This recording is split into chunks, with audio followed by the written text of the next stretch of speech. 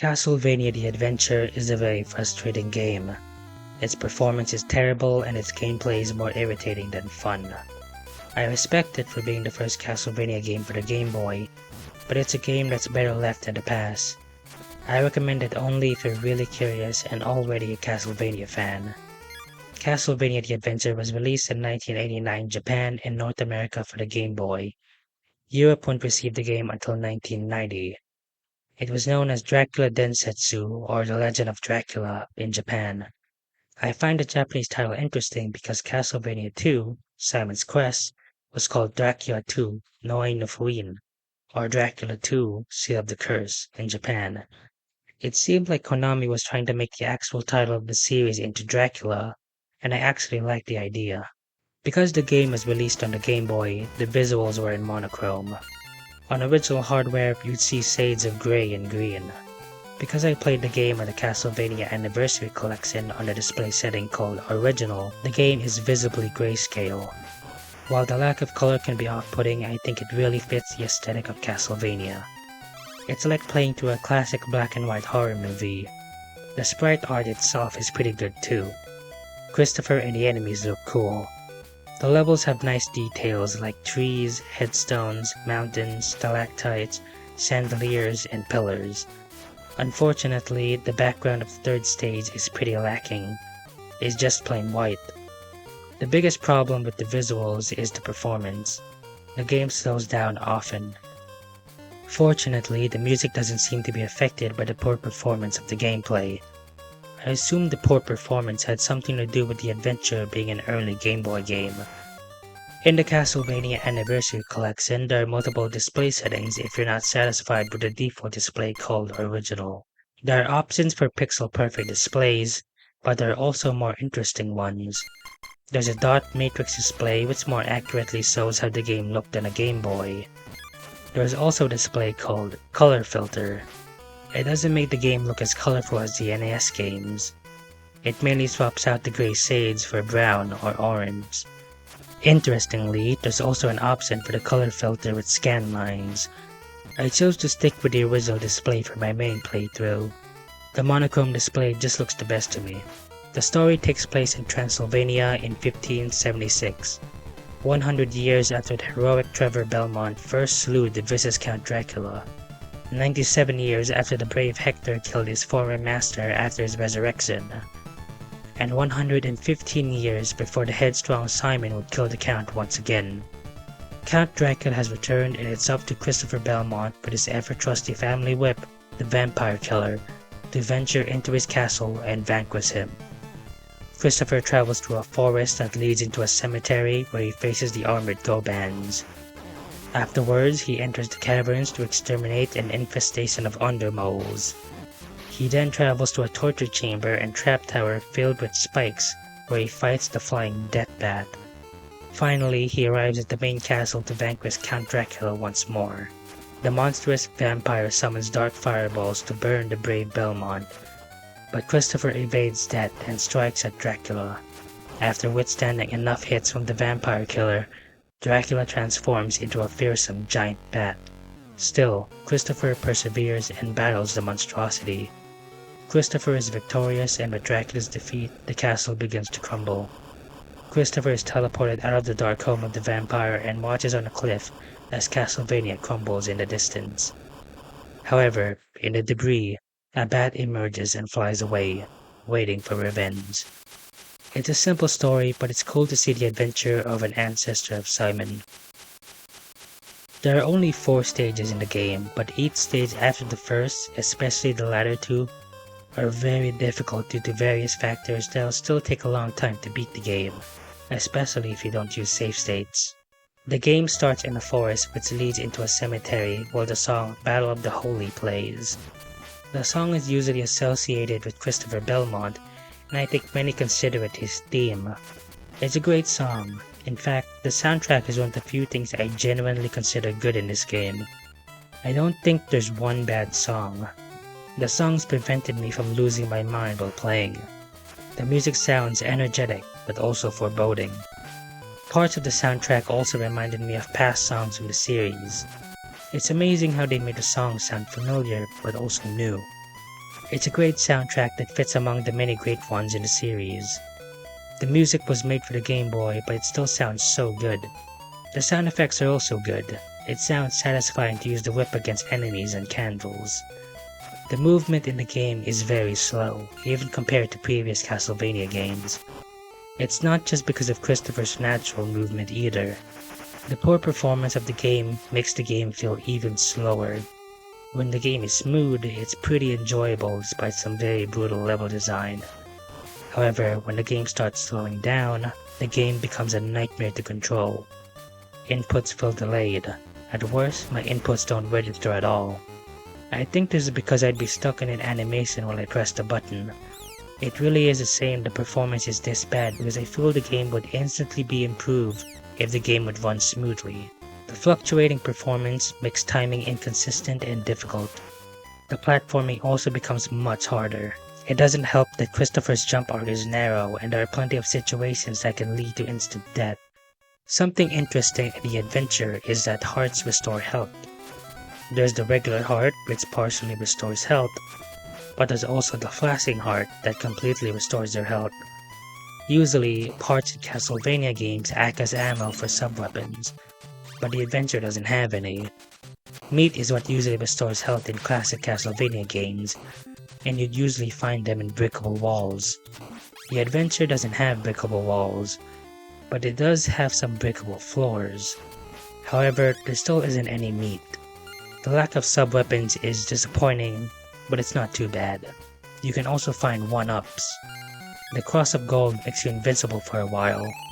The crystal can be obtained to upgrade your whip from a leather whip to a morning star, and finally a fireball whip. Having a whip that can shoot a fireball is awesome and very useful.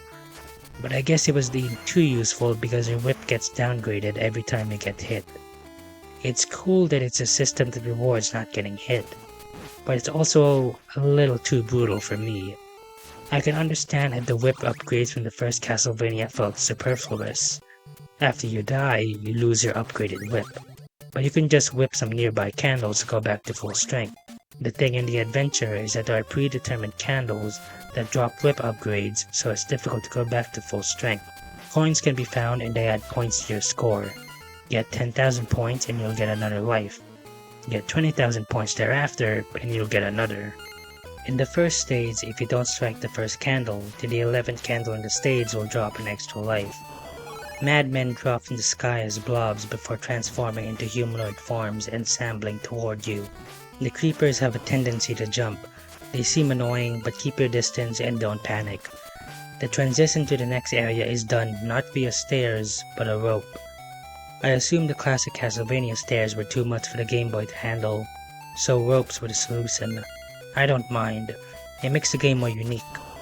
Although, for the adventure, you can't attack while on a rope. It's a pretty bad disadvantage. The next area introduces the big eyes. They roll toward you and explode when killed. The explosion doesn't really have an effect on this stage. They also keep respawning. The next area introduces the eagles. They can be annoying because they're fast and they fly, but some can be attacked head-on. For those that are out of your way, they'll try flying down to reach you. I usually stand still and wait for them to come to me before I attack. If you keep climbing the rope that leads to the cemetery, you'll go through the ceiling and find the first secret room. Each stage has a secret room and they are very helpful because they can contain an extra life and a whip upgrade. At the cemetery, you'll find the first real platforming challenge in the game. It's quite harsh for the first stage. You have to jump onto these platforms that drop as soon as you land on them. You have to be quick but also careful. This might be difficult, but I understand the value of introducing it in the first stage. Losing progress on the first stage doesn't hurt as much as it does in the later ones. The next platforming challenge is less lethal but still frustrating. You'll have to jump across a series of narrow platforms. If you fall, you'll just fall to the floor and you'll have to try the series again. The trick for me is to take it slow and position Christopher so that only his left foot is on the platform visually before jumping. The series is split into 2 pits, so if you fall near the end, you don't have to repeat the whole thing. At the end of the series, you have to jump across more falling platforms. This is just a taste of how incredibly difficult the platforming will be. Christopher's jump arc feels too stiff and narrow to comfortably do platforming. It's almost like every jump has to be carefully done.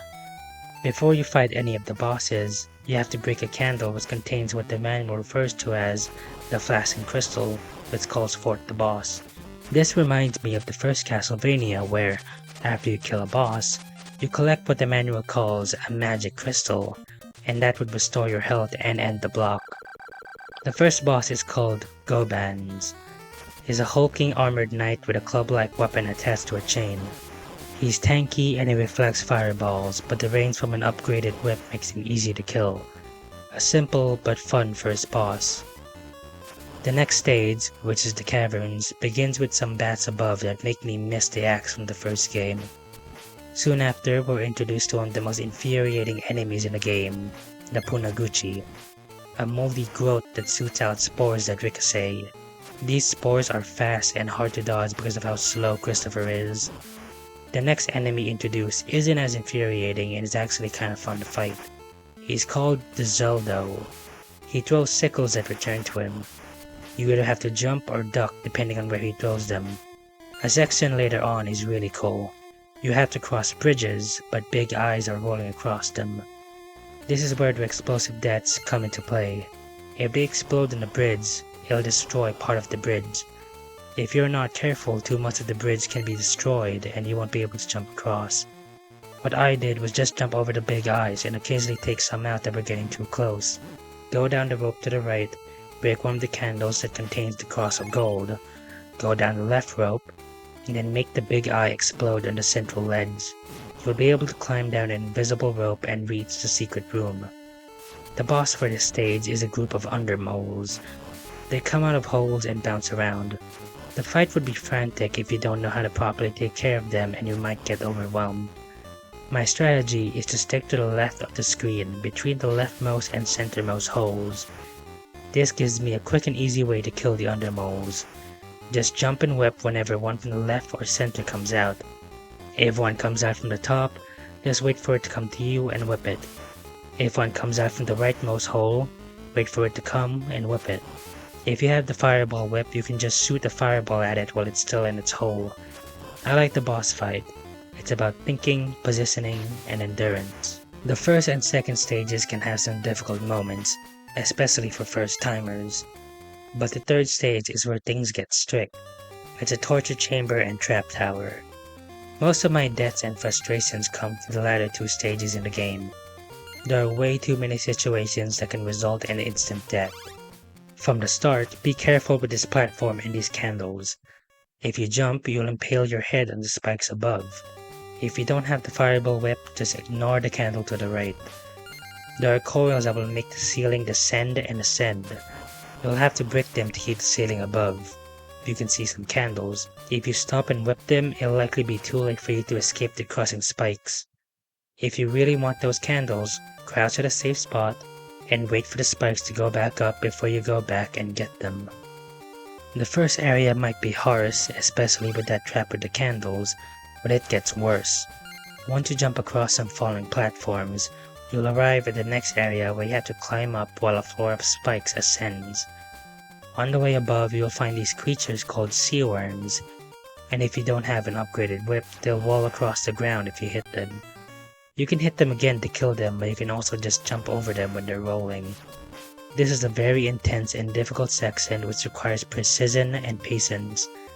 You shouldn't be too ahead of the spikes because when you make some jumps, you might hit the top of the screen and drop down to your doom.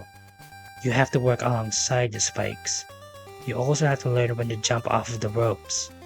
Christopher's narrow jump arc makes this irritating. You also have to jump across dropping and narrow platforms.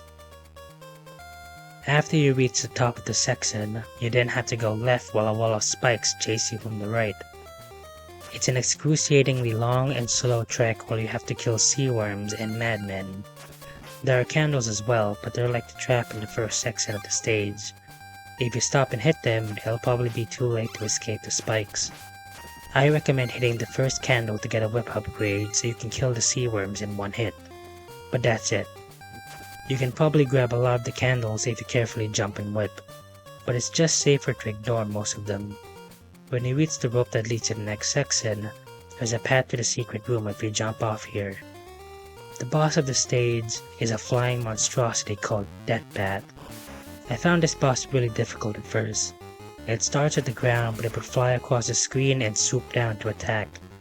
What I try to do is walk past it before it would swoop down, then crouch and attack when it does swoop down. I crouch because it would occasionally hit me when it flies back up. The way I fight this boss requires some reactive reflexes. Because of that, the boss is really difficult. The unresponsive controls made it hard to turn directions, crouch, or attack. This is one of the most frustrating fights, and that's mainly because of the performance, which doesn't mess well with the speed I need for the fight. The final stage is the castle. Something strange about the game is that you don't fight death like in Castlevania or Castlevania 2. I'm not sure if I find this harder or easier than the previous stage. Either way, they're both frustrating. It starts off with this really cool path with armored knights in the background. Some would come to life and attack you. These evil armors, as the manual calls them, are cool, but they're unfortunately only in this one section. After getting past the evil armors, you fight a Zelda and a Gobans. The first boss of the game returns as a regular enemy in the final stage. I think that's really cool. Unfortunately, the next section has a hall of Punaguchi. With how difficult it is to dodge their spores, you'll probably have the letter whip by the end. The next section has more Punaguchi, but also some health and a whip upgrade if you go to the top left part of the section. Unfortunately, even if you kill the Punaguchi to get to the health and whip upgrade, it'll respawn when you try to go back, probably making you lose what you earned in the process. Next is a room full of spikes and moving platforms. It's not too difficult, but make sure not to jump too late or else you'll get a head full of spikes. In a room with one Zelda and two ropes is the secret room. Climb up this rope, jump to the left to land on an invisible platform, and climb the invisible rope up. After that, you're introduced to another difficult platforming challenge. Spikes shoot out from the walls and become platforms. This section is not too bad, but the section right after makes this area much more difficult. It starts out easy, but it becomes way too fast. After that is a much easier area with spike platforms. The final combat section before the boss is a hallway of Gobans. Because of how quick the spike traps were, you might just have a leather whip at this point, and with its short range and low damage, it makes fighting these Gobans a real pain to kill. What's worse is that if you move too far away while fighting a Gobans, it can respawn when you move forward. Before the final boss, there's a dropping platform that, if you jump off of at the right time, can lead you to some useful items. One of them is a whip upgrade, which is especially useful. You descend into Count Dracula's crypt, break the candle to collect the flashing crystal, and the battle begins. Dracula appears and shoots out dark fireballs. This battle was pretty hard at first, but after knowing some safe zones from some attempts, it's more manageable. When Dracula appears at either side, I crouch near the edge of the bottom middle platform to avoid the diagonal fireballs. Then I jump and hit him. When he appears at the top, I just ignore him. When he appears at the center, I jump to the middle right platform and jump when a fireball comes at me, and attack when he shoots diagonally. After enough hits, he transforms into a giant bat. He flies across the top of the screen, occasionally stopping to unleash some bats. I just stay on one of the middle platforms and wait for him to get in range of my whip. I try to kill any bat that shoots out that comes too close to me. After that, Christopher Belmont is victorious and seemingly teleports out of the castle. Christopher watches the castle crumble while he's on a cliff. Out from the debris, a bat flies away. The castle looks strangely organic to me. It almost looks like a giant tree. The castle seems to have round growths and vines dropping from it. I think it looks pretty cool, although odd. If it is supposed to be an organic and natural castle, I wish the game would have done more with the concept.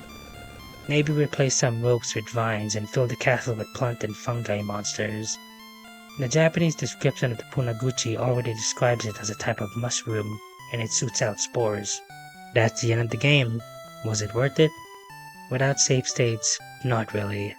When I play well in a game like the first Castlevania, It feels good because I get smooth and satisfying gameplay. It makes learning the game worth it. In the adventure, playing well doesn't feel as good because the game runs terribly and the level design can be outright cruel where you have to be really careful, but also reactive to whatever comes at you. The performance and level design are the two main culprits as to why the game is so frustrating. Even then, if just the performance was fixed, the game would be so much better. The responsiveness of the controls is very important, especially in a game where you get severely punished for getting hit and where there are multiple situations that result in instant death. If just the level design was better but not the performance, it would still feel like a slog to play through despite only having 4 stages. If you plan to play the game, I highly recommend using save states. I played through the game without save states so I could truly appreciate the level design and learn from each step. However, it's hard to appreciate the level design when the performance is so terrible, and learning the game just highlights that. If you want to play with save states but still want to appreciate the level design, try saving right after you respawn at a checkpoint. That way, if you die again, just reload and enjoy your unlimited checkpoints.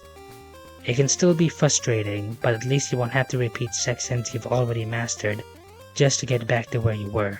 The game is not completely horrible. The classic Castlevania gameplay is still there, but it's hard to appreciate it. Classic Castlevania hinges on responsiveness, and because of the terrible slowdown of the adventure, the game suffers greatly.